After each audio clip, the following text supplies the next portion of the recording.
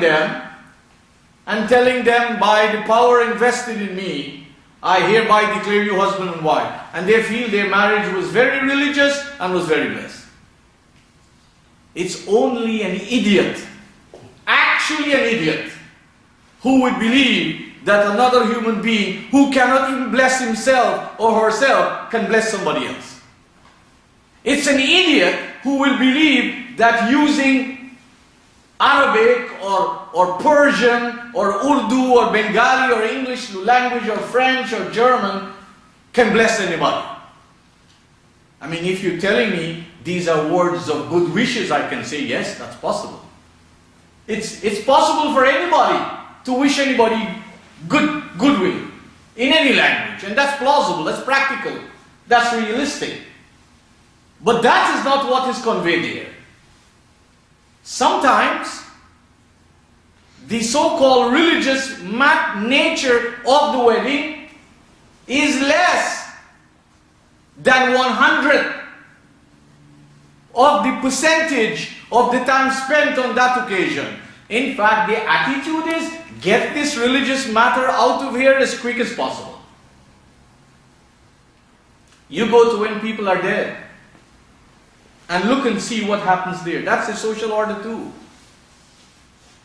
When people are dead, naturally it's a very sad occasion, and everybody needs, whenever they can, to give support to those who are injured or battered or afflicted by circumstance. It's our nature, it's our social commitment to one another. But go and analyze all the kind of people who speak there and the things they speak there and what they talk about the dead and all the transference of blessings to these accounts. It's amazing that these things still continue in this society. Why these things continue? Because, as an expression goes, if you would not do it, somebody else will do it. So these people always will find somebody to continue the tradition of their forefathers, even though it makes no sense, even though it has no intelligence, even though it does not relate to the lifestyle they live, their practical life. It has no answer to the solution to their problem, but they will still do it. Then it is for you to decide who is really supporting the community remaining dormant, passive, inactive, figuratively dead.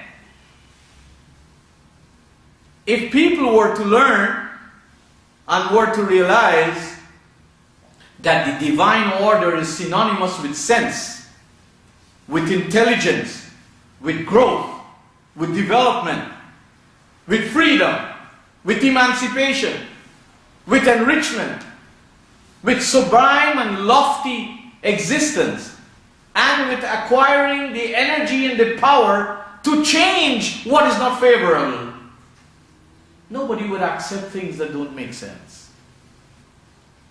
Many of us support these things under the guise, well, what can I do? That's what we say. What can I do? Oh, that is my friend. Oh, that is my relative. And you can see where we stand. We don't stand with the truth.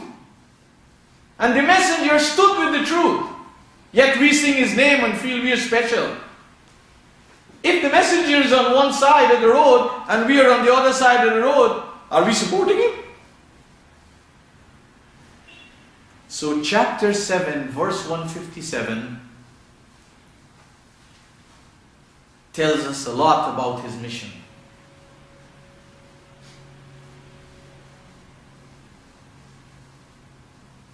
One of the big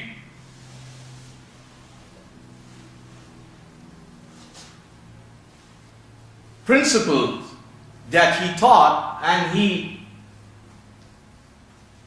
brought to the community was to redefine the value system, was to redefine in whose hands is the authority. It's a norm. in pagan society, and any society that follow pagan standards, that many individuals and groups try to get power, more power and absolute power. Because when you get power and more power and absolute power, then you can almost do as you choose.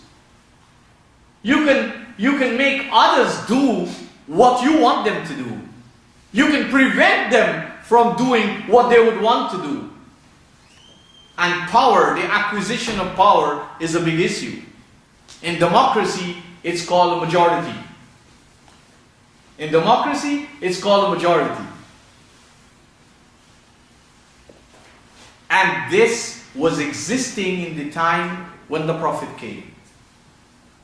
What is important for you and I to understand, that every society has activists. Every society has activists. People who are on the forefront. No doubt there are people who just lay back and they just wait for things to happen. Or they wait for people to wake them up from their slumber and they say, oh, since when this happened? But every society has activists. People who are proactive in striving to shape society in a certain way, and who definitely affect society. Especially if they get those people who lay back to follow them. And who were some of the activists in the society of the Prophet before the Qur'an came? The Qur'an describes them. You can look in chapter 2, verse 255. When the Qur'an said, La ikraha fi deen. And that is something you and I need to understand. Nobody can force me or force you or anyone into following the divine order. And if we don't force ourselves to follow the divine order, we will default to the order of our parents, to the order of our society, to the order that is popular and normal around. So that's the default. The default is to follow the order that we inherited because of where we come from or who our parents are. That's the default. If we push ourselves, only if we push ourselves really very hard, that we stand a chance to follow the divine social order. So the Qur'an says, La ikraha fi din, qad tabayyana ar-rushdu min al-ghayy. The upright way, not the way to stand up straight. Right? Unfortunately, this seems to be a big part in the Muslim understanding of the Qur'an, is to stand up straight. Upright has nothing to do with physically standing up straight.